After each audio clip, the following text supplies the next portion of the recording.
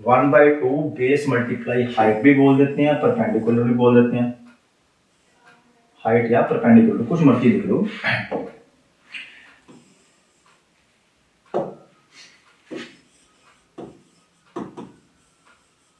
इसको हिंदी में लिखा जाएगा 1/2 गुना आधार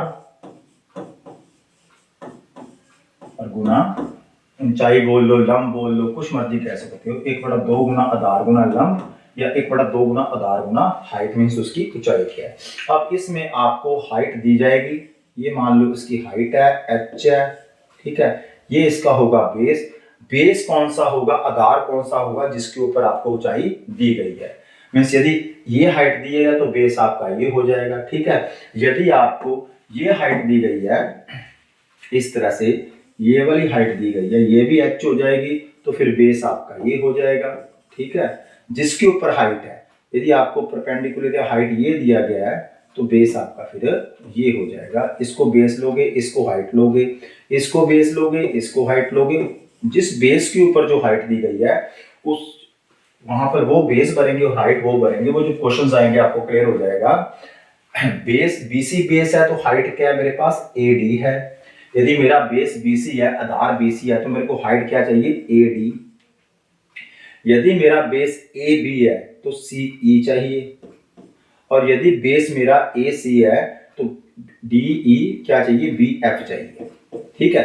ये बात को आपको क्लैरिटी हो किस क्वेश्चन में हम क्या यूज कर रहे हैं, वहां पर बेस क्यों बदल रहे हैं, क्योंकि बेस बदलता अकॉर्डिंग टू हाइट, ठीक है। और हाइट जो उसके सामने वाले बेस के सामने वाले वर्टेक्स से, सामने वाले कॉमन कोने से जो आएगी वो उसकी क्या होगी, हाइट होगी। उसको परपेंडिकुलर भी बोला जा सकता है। तो एरिया क्या हुआ, half multiply base multiply height, या हिंदी में इसको लिखूं तो हिंदी में क्षेत्रफल क्या हुआ, क्षेत्रफल हुआ, क्षेत्रफल मेरा हुआ 1/2 गुना आधार गुना शीर्ष लंब भी बोल देते हैं, लंब भी बोल देते हैं। शीर्ष लंब क्यों बोला जाता है, क्योंकि इसी के शीर्ष से आ रहा है, इसी के शीर्ष से आ रहा है, इसलिए इसको बोलते हैं शीर्ष लंब, ठीक है। या लंब बोल दें तो भी बात गलत नहीं है, लेकिन लंब इस आना चाहिए सामने वाले कोने से। ये बेस ये तभी होगा जब ये वाला हमारे पास, यहां से हमारे पास लंब आ रहा है, हमारे से यहाँ पे क्या आ रहा है, हाइट आ रही है, ठीक है। तो ये बेसिक फॉर्मूला है यदि आपको लंब और शीर्ष लंब और आधार दिया गया है, ठीक। तो ये इसका क्या होता है, एरिया निकालने का फॉर्मूला होता है। फॉर्मूला कब होगा, जब आपको बेस और हाइट दिया गया है। इस बात के ऊपर मैं क्यों जोर दे रहा हूं कि इसके और भी तरीके हैं एरिया निकालने के, कि जब हमारे पास बेस और हाइट ना दिया हो, तीनों साइड्स दी हो, या 2 साइड्स दी हो, या एक साइड दी हो, वो बात हम बाद में करेंगे। पहले जब लंब और बेस दिया गया है, बेस और हाइट दी गई है, तो हमारा फॉर्मूला ये होगा, ठीक। अब आगे बात करते हैं दूसरा। यदि मैं बोलूं कि बेस मेरे पास है 50 सेंटीमीटर, ठीक है, और बेस 50 है और लंब, लंब मतलब हाइट, शीर्ष लंब आधार हो गया, ये आधार हो गया, इसको आप हाइट या लंब कह लो, ये लंब हो गया, या ऊंचाई होगी, ऊंचाई भी बोल सकते हो आप, ऊंचाई भी लिखा जाएगा। हाइट लिख लो, लंब लिख लो, परपेंडिकुलर, इसको हाइट लंब को परपेंडिकुलर बोलते हैं, हाइट ऊंचाई को बोलते हैं। तो हाइट दिया गया है मेरे पास मान लो 25, ठीक है। तो इसका एरिया क्या होगा, इसका क्षेत्रफल क्या होगा ट्रायंगल का, और ये किसके हैं, ये है ट्रायंगल के, जो हम पढ़ रहे हैं ट्रायंगल के। तो एरिया का फॉर्मूला होगा हाफ मल्टीप्लाई बेस, बेस मतलब 50 है, half multiply base multiply height. Base को b से लिख रहा हूं, हाइट को h से लिख रहा हूं, ठीक है।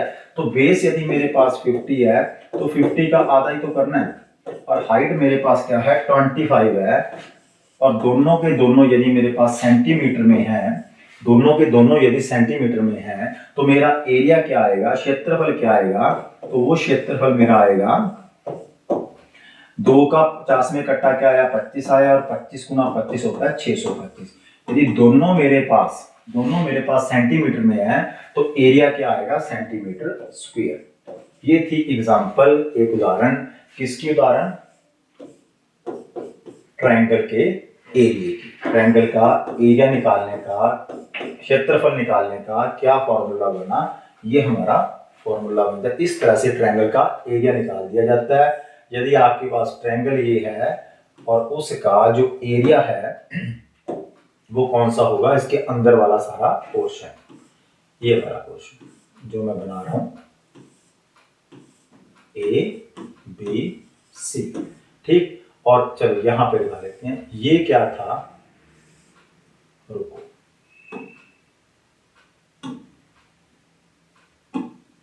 यदि ये मेरे को दिया हुआ है कितना, लंब मेरे पास कितना था, हाइट कितनी थी 25, यदि ये 25 है बी से लेके डी तक, और फिर मेरा बेस ये वाला होगा ए सी, है ना, तो बेस कितना मेरे पास 50, ये क्या है मेरे पास 50, ये वाली चीज ए सी मेरे पास 50 हो है और ये 25 है, तो पूरी ट्रायंगल का एरिया निकल जाएगा 25 का स्क्वायर 625। ठीक है, ये आपको एरिया निकाल के कैलकुलेशन आप कर लोगे। कैलकुलेशन यदि आपको ये चीज पता होगी तभी आप कैलकुलेशन करोगे ना। तो ये सारा क्या था, ये सारा था बेसिक एरिया निकालने का, किसका, ट्रायंगल का। आगे चलते हैं। अब मैंने देखा कि ट्रायंगल यदि मेरे पास कौन सी है, राइट एंगल ट्रायंगल है। राइट एंगल ट्रायंगल मींस इस तरह से, राइट एंगल ट्रायंगल कौन सी होती है, वो ट्रायंगल जिसका एक एंगल कितने डिग्री का है, 90 डिग्री का है। यदि एक एंगल 90 डिग्री का है तो ये मेरे पास क्या हो जाएगा, फिर अंदर वाला पोर्शन क्या हो जाएगा, इसका एरिया हो जाएगा। यदि मैंने इसका एरिया निकालना है तो इसमें आपके पास हाइट है, इसके आप यहां पे आपके पास अलग से हाइट नहीं दी होगी, यही हाइट है क्योंकि यही परपेंडिकुलर है, क्योंकि 90 डिग्री दिया हुआ एंगल आपको। तो यदि ये ट्रायंगल मेरी पी क्यू आर है और कोई ट्रायंगल आपके पास राइट एंगल ट्रायंगल आ गई, यदि ये मेरे पास 13 है, ये 5 है और ये 12 है, तीनों साइड्स दे दी, तो अब हाइट की हमें जरूरत नहीं है, हमें सीधा पता लग गया कि ये समकोण त्रिकोण है, जिसका एक कोण 90 डिग्री का हो, होती है समकोण त्रिभुज। तो ये समकोण त्रिभुज है, राइट एंगल ट्रायंगल है। तो राइट एंगल ट्रायंगल में सीधे आप देखोगे हाफ इनटू बेस, बेस देखो बेस उसमें एक ही होगा, ये बेस नहीं हो सकता। ठीक है, यदि यहां से आपको 90 दिया गया है तो फिर आपका बेस ये होगा, ठीक, और आपकी हाइट ये होगी। राइट एंगल ट्रायंगल है तो बेस आपका आएगा 5 और हाइट आपकी मींस परपेंडिकुलर कितना आएगा, 12 आएगा। तो सीधा आप 2 से 12 को कैंसिल करोगे, 6 आया, 6 का 5 में मल्टीप्लाई किया, क्या आया 30। ये दोनों यदि सेंटीमीटर में है तो आपका आएगा 30 सेंटीमीटर स्क्वायर। ठीक, तो ये था राइट एंगल ट्रायंगल का area, half into base into height, height perpendicular, base 5। आगे देखते हैं। फिर हमारे पास तीसरी किस स्थिति क्या पैदा हो सकती है, तीसरी स्थिति ये पैदा हो सकती है कि आपको यदि ट्रायंगल की तीनों साइड दे रखी है और हाइट नहीं दी हुई है, मैं बोलता हूं कि ये यदि 5 है, ठीक है, ये 6 है और ये 7 है ना, तो इसमें क्या होगा, इसमें A B C, A B 5 centimetre है, बी सी 6 सेंटीमीटर और ए सी 7 सेंटीमीटर है। तो इसमें हमारे पास फॉर्मूला फिर अलग होगा। यदि आपके पास हाइट नहीं दी हुई है, आपके पास हाइट नहीं है लेकिन तीनों साइड है, फिर भी इसका एरिया निकल जाएगा। और एरिया अब तक आप समझ गए होंगे कि एरिया यदि मैं बात कर रहा हूं तो क्या बात कर रहा हूं, इसके अंदर वाले पोर्शन की, ये सारा पोर्शन कितना होगा, कितने सेंटीमीटर स्क्वायर होगा, कितने सेंटीमीटर, ये वाला पोर्शन अंदर मैंने इस तरह से मार्क किया।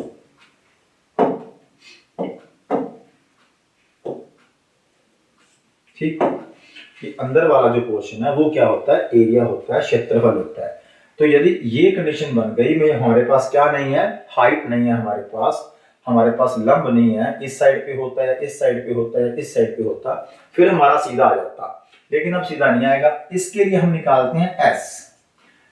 एस मतलब इसका पेरीमीटर, सेमी पेरीमीटर। ठीक है, तो पेरीमीटर मैंने अभी तक आपको क्यों नहीं बताया, पेरीमीटर का कोई फॉर्मूला नहीं है। पेरीमीटर हमेशा जब भी क्षेत्रफल पढ़ाऊंगा तो यदि पेरीमीटर होता है बाहर वाली बाउंड्रीज का सम, ये मैं पिछली 2 क्लासेस में बता चुका हूं।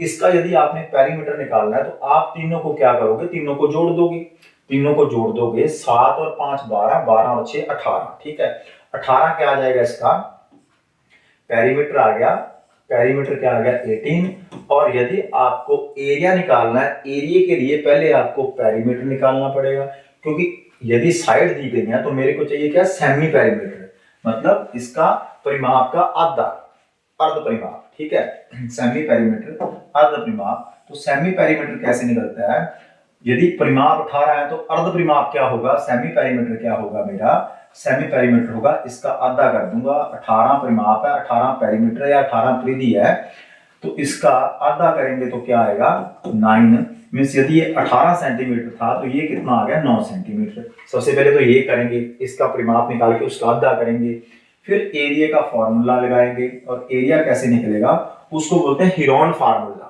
क्या बोलते हैं, हीरोन फार्मूला, या आपने पढ़ा होगा तो पढ़ा होगा हीरो फार्मूला, हीरो का सूत्र है ना, तो वहां पर वो लगाएंगे। वो कैसे निकलता है, उसके लिए आपको क्या चाहिए, वर्गमूल चाहिए।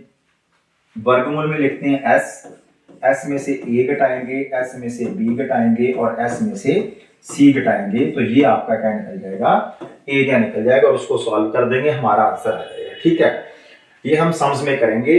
आप एक बार बेसिक पे ध्यान दीजिए, ये बहुत सारे सम आएंगे ऐसे, ठीक है, जब हम समस्या में फंस जाएंगे किसी ना किसी प्रॉब्लम में, या तो इसका कोई और हल निकालेंगे, ना हल निकलता हुआ क्वेश्चन के अकॉर्डिंग, तो हमें ये फॉर्मूला लगाना पड़ेगा एरिया का। एस मींस एस आपने सेमी पेरीमीटर निकाल लिया 9, है ना, यहाँ पे 9 आया, 9 में से ए बी सी। अब ये ए बी सी क्या है, ये भी सुन लीजिए, ए बी सी ये है ना, और मैं क्या बोलूंगा, वहां पे मैंने छोटी ए बी सी लिखी है ना, तो ये जो बड़ी ए है उस ए के सामने ये ए होगी आपकी, ये बी है, इस बी के सामने ये आपकी क्या होगी, बी होगी, और ये सी है तो इसके सामने आपकी छोटी सी होगी, ए बी सी। ठीक है, तो एस में से ए घटाएंगे, एस यदि 9 है, 9 में से 6 घटाएंगे तो क्या आएगा, चलो मैं लिख देता हूँ, 9 माइनस 6 लिखेंगे, 9 माइनस बी, बी देखेंगे कितना है हमारा, बी हमारा है 7, तो 9 माइनस 7 करेंगे, और 9 माइनस हमें क्या करना पड़ेगा, 3 हो गया, 7 हो गया, 5 हो गया, तो 9 माइनस क्या करेंगे 5 करेंगे, और इसको सॉल्व करेंगे, हमारा आंसर आएगा। इधर देखिए, वर्गमूल में यहाँ पे 9 बचा, 9 में से यदि मैंने 3 घटाया तो क्या बचा, 6 बचा, 6 में से 9 में से 7 घटाया तो क्या बचा, 2 बचा, और 9 में से 5 घटाया तो क्या बचा, 4 बचा। ठीक है, अब इसको आप इसका क्या निकाल लोगे, वर्गमूल निकाल लोगे, जो भी आपका वर्गमूल आएगा उसके साथ आप सेंटीमीटर है सारे में, सेंटीमीटर स्क्वायर रख दोगे, आपका क्या आ जाएगा, आंसर आ जाएगा, एरिया आ जाएगा आपका। ठीक है, ठीक, उसको सॉल्व भी करना उसके बाद। तो ये होता है एरिया निकालने का फॉर्मूला, जब हमें क्या दिया हुआ है, हमें तीनों साइड्स दे रखी हैं। ठीक, अब और पढ़ते हैं ट्रायंगल के बारे में। त्रिभुज में क्या होता है कि एक हमें पता हो कि त्रिभुज होती कौन कौन सी हैं, वो भी सुन लो आज। त्रिभुज कितने तरह की होती हैं, तो त्रिभुज की टाइप्स क्या हैं, types of triangles, types of triangles देख लीजिए आज आप, ये क्लास को ध्यान से लगाइएगा, क्योंकि आगे टाइप्स ऑफ ट्रायंगल्स का भी आपको समकोण सुनी होगी, समद्विबाहु सुनी होगी, समबाहु सुनी होगी, है ना, समबाहु, समद्विबाहु। ठीक, तो टाइप्स ऑफ ट्रायंगल 3 टाइप्स के, इसमें 6 तरह की ट्रायंगल्स होती हैं, 6 तरह की ट्रायंगल्स होंगी, 3 तरह की ट्रायंगल्स आपकी आएंगी। टाइप्स यदि मैं इसकी बनाऊं तो इसकी पार्टीशन करूं ऐसे,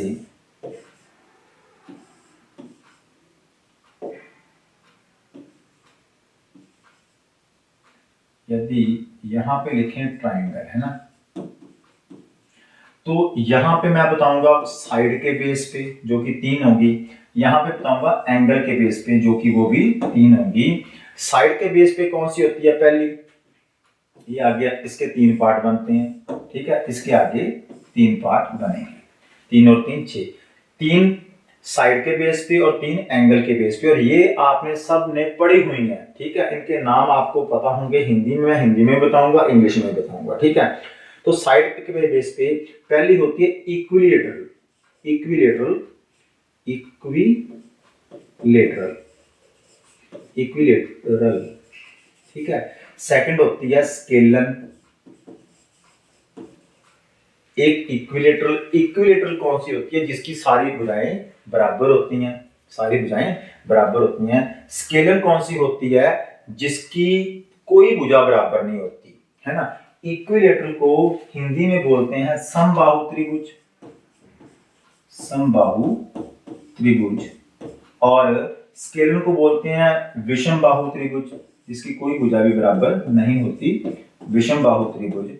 और तीसरी होती है समबाहु में सारी भुजाएं बराबर विषम। अच्छा उस उधर से करना, अच्छा यहाँ पे पढ़ता हूँ, उधर मैंने एंगल लिखा हुआ है, उधर क्या एंगल लिखा है। एक होती है इक्विलेटरल, एक होती है स्केलन। इक्विलेटरल को बोलते हैं समबाहु, जिसकी सारी भुजाएं बराबर हो जाएं, इसको हिंदी में बोलते हैं समबाहु। समबाहु, इसको हिंदी में बोलते हैं विषम बाहु। और तीसरी होती है आइसोसेलेस।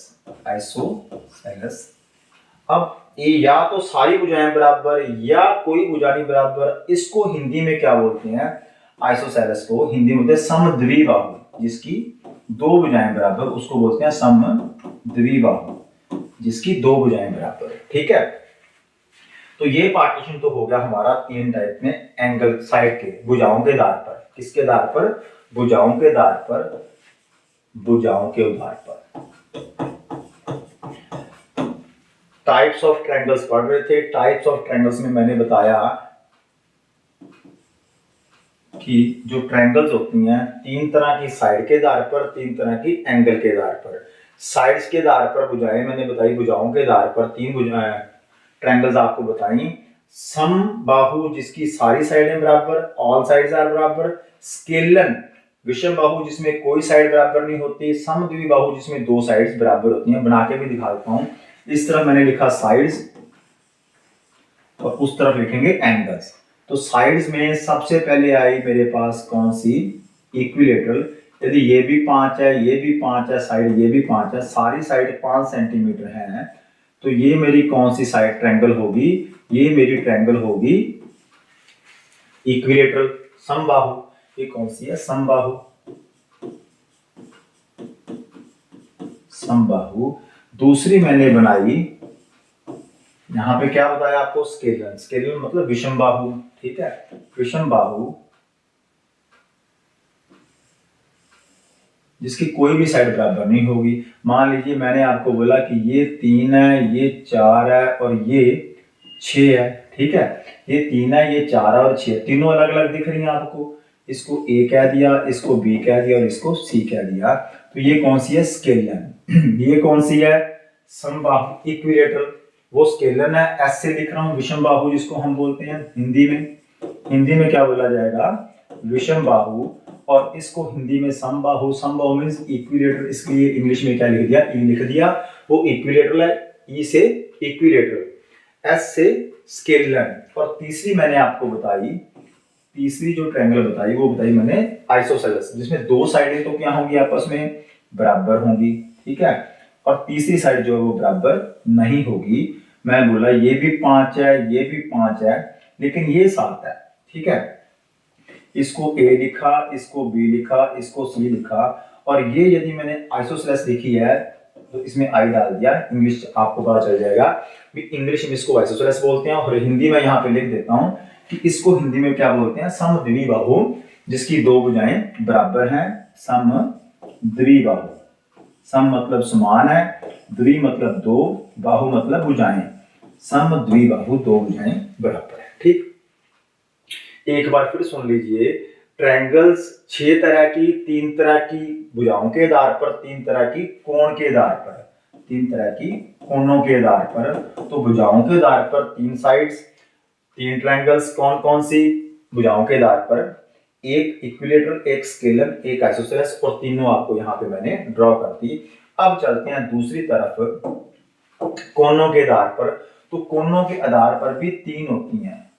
कोणों के आधार पर क्या होती हैं, 3 होती हैं। एक होती है एक्यूट एंगल ट्रायंगल। कौन सी, acute, acute angle triangle, acute angle triangle, जिसको हिंदी में बोला जाता है,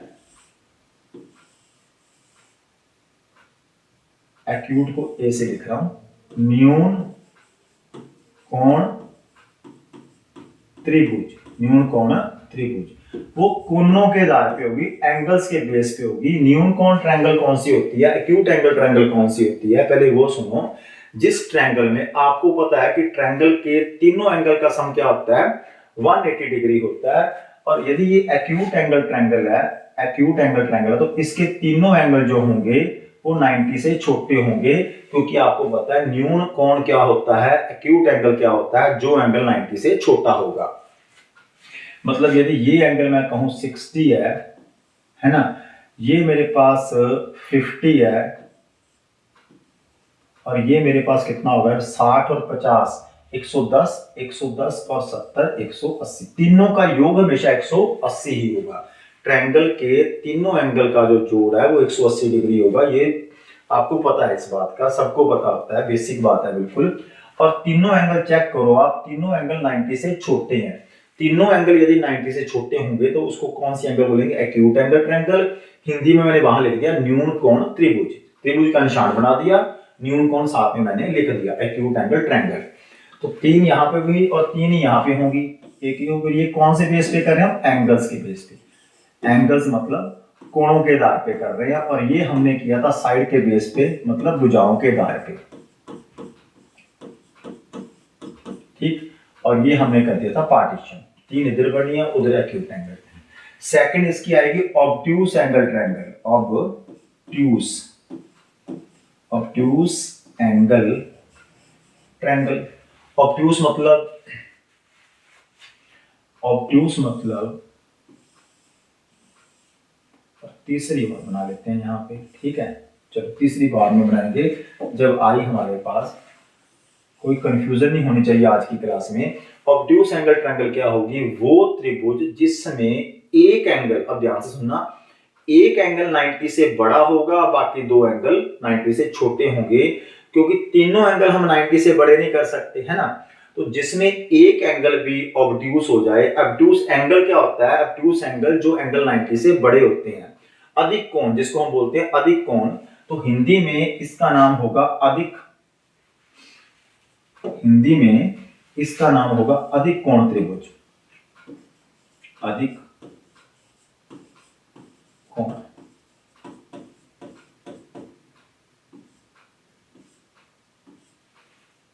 ए है, बी है और सी है। इसमें आपको बोलता हूं कि एक एंगल यदि मेरा 100 है, एक एंगल 50 है, एक एंगल 30 है, जोड़ वाली प्रॉपर्टी सब में लगेगी, जोड़ वाली प्रॉपर्टी सब में लगेगी। 180 जोड़ सबका बनना चाहिए हमारा। यदि ये 100 है, ये 50 है, तो ये 30 होगा 180। इसमें और इसमें डिफरेंस क्या है, इसमें तीनों एंगल 90 से छोटे थे और जोड़ 180 था। इसमें 2 एंगल 90 से छोटे हैं, एक एंगल 90 से बड़ा है, तो इस कंडीशन में हम इसको बोलते हैं ऑब्ट्यूस एंगल ट्रायंगल। ऑब्ट्यूस, यहां पे मैं ओ लिख देता हूं बीच में, आपको याद रहेगा। ओ से ऑब्ट्यूस होता है, ओ से अधिक कोण, ओ से ऑब्ट्यूस। तो ऑब्ट्यूस एंगल ट्रायंगल है जो मैंने यहां पे लिख दिया है, जिसमें एक एंगल 90 से बड़ा, बाकी दोनों 90 से छोटे। तीसरी और लास्ट हमारी ट्रायंगल आएगी एंगल के आधार पे, और बहुत ही इंपॉर्टेंट ट्रायंगल जिसकी मैंने अलग से बात की थी, जो हमारे क्वेश्चन में, जिसका हमारे एग्जाम में जिसका क्वेश्चन पूछा जाता है, वो है right angle triangle. Right angle triangle कौन सी होती है, ए बी सी। यदि मैं बोलता हूं कि राइट एंगल एट बी है, इसका मतलब उसका एक कोण 90 का होगा और बाकी दोनों कोण जो हैं वो 90 से छोटे होंगे। यदि ये 60 का है तो ये मैंने कर लिया 30 का, ठीक है। ये 60 डिग्री का है तो ये कर लिया 30 डिग्री का, ये डिग्री लगा दी ऊपर, ठीक। तो इसको बोलते हैं समकोण। क्या बोलते हैं, समकोण। समकोण मतलब राइट एंगल। और ये सारा पोर्शन आपका ज्योमेट्री में भी काम आने वाला है, ठीक है। ज्योमेट्री में भी काम आएगा और ये आपका मेंसुरेशन में भी काम आएगा, काम चलेगा इससे।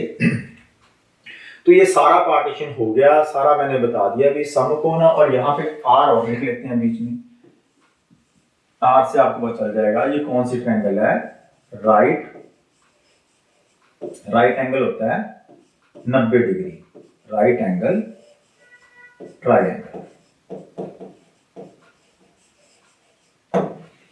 ये सारा था टाइप्स ऑफ ट्रायंगल्स, त्रिभुज की क्या है पार्टीशन। तो सबसे मैंने पहले आपको बताया भी ट्रायंगल को 3 तरीकों से इधर और 3 तरीकों से इधर। इधर आई साइड्स, साइड्स मतलब भुजाएं, इधर आई एंगल, एंगल मतलब कोण। तो 3 कोण वाली ये पड़ी आपके पास और 3 साइड वाली ये पड़ी आपके पास। ठीक, साइड्स है तो इक्विलेटरल, सारी साइड्स बराबर, स्केलम कोई साइड बराबर नहीं, और आइसोसेलेस 2 साइडें बराबर होंगी।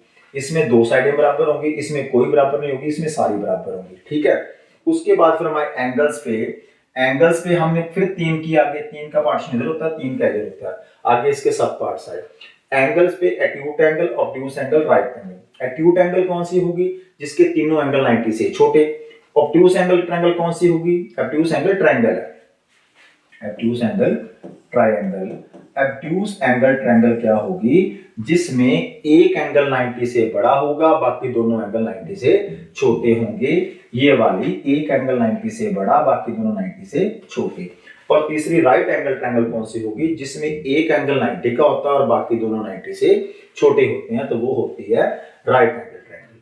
ठीक, तो ये थी हमारी सारी कहानी ट्रायंगल की। हमने सबसे पहले क्लास में क्या पढ़ा? ट्रायंगल का एरिया पढ़ा, जब हमें हाइट दी हुई है half into base into height, या half into base into perpendicular, या 1/2 गुना आधार गुना शीर्ष लंब, या 1/2 गुना आधार गुना ऊंचाई, है ना। पेरीमीटर में इसका पढ़ाऊंगा नहीं, पेरीमीटर सबके लिए एक समान है, सारी भुजाओं को जोड़ दो, आपका क्या आ जाएगा? पेरीमीटर आ जाएगा। यदि इसका पेरीमीटर निकालना है तो 15 आ जाएगा, इसका निकालना तो 13 आ जाएगा, इसका निकालना तो 17 आ जाएगा। कैसे? 7 5 12 और 7 5 17, 6 4 10 और 3 13, 5 5 10 और 5 15। ठीक है, एरिया इसका हमें पता होगा, होना चाहिए भी एरिया क्या होता है।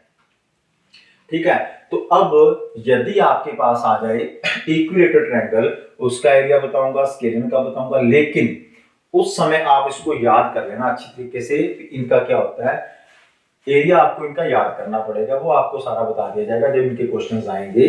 तो आप पहले समझो भाई ट्रायंगल्स होती क्या है। ठीक, 3 साइडों वाली क्लोज्ड फिगर होती है हमारे पास, है ना। 3 साइडें होती हैं, 3 एंगल होते हैं, 3 कोने होते हैं। क्या होते हैं?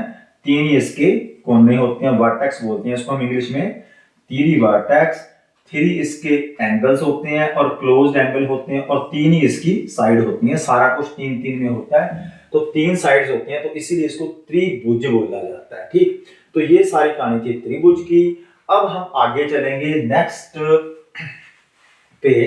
नेक्स्ट हमारे पास टॉप हमने लिया रोम्बस क्या होता है। देखिए, अब जो बाकी आएंगे, एक रेक्टेंगल के बारे में अच्छी तरह से पता हो, एक स्क्वायर के बारे में पता हो, और एक आपको पता हो किसके बारे में?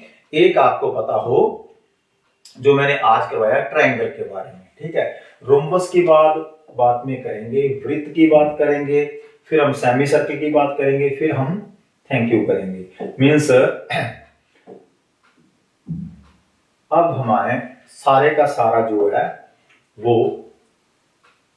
ट्रायंगल के बारे में पढ़ा था। ठीक है, तो ये सारा पार्टीशन आपको किसके बारे में समझाया? त्रिभुज के बारे में। इनका पता होना क्वेश्चंस के लिए मस्ट है, बहुत जरूरी है, राइट। तो आज की क्लास में इतना ही। ठीक है, नेक्स्ट क्लास जब हम लगाएंगे तो उसके बाद में हम सारा इकट्ठा पढ़ेंगे, क्योंकि इनकी कहानी अभी भी बहुत बड़ी है। बहुत ज्यादा बताऊं तो बहुत बता सकता हूं, जितनी मर्जी क्लासेस आपकी 3 3 4 4 क्लासेस इसके ऊपर लग सकती हैं, लेकिन जितनी मेरे को अब जरूरत है एरिया के लिए, एक बार उतना बताया गया। लेकिन जब मैं आपको ज्योमेट्री कराऊंगा तो इसकी 1 घंटे की क्लास बिल्कुल क्या होगा, ट्रायंगल के ऊपर बेस्ड होगी, क्योंकि ट्रायंगल्स में बहुत ज्यादा कुछ है, इनका एंड नहीं है। ठीक है, नेक्स्ट क्लास में हम पढ़ेंगे समचतुर्भुज भी पढ़ेंगे, नेक्स्ट क्लास में हम सर्कल भी पढ़ेंगे, और नेक्स्ट क्लास में हम सेमी सर्कल भी पढ़ेंगे। इन तीनों के बारे में हम अगली क्लास में मैं आपको बताऊंगा कि इन तीनों में ज्यादा कुछ नहीं है, क्योंकि सर्कल आपने पढ़ लिया तो सेमी सर्कल भी आपको पता चल जाएगा। और थोड़ी सी कंफ्यूजन है, समचतुर्भुज क्या होता है। समचतुर्भुज और किसमें प्रॉब्लम होती है?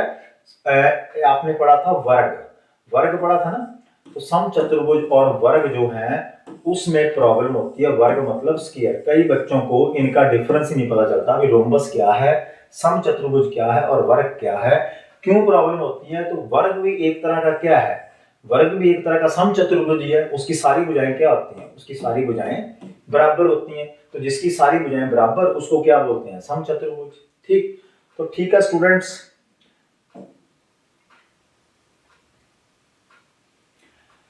धन्यवाद स्टूडेंट्स, मिलते हैं नेक्स्ट क्लास में किसके साथ, रोम्बस के साथ।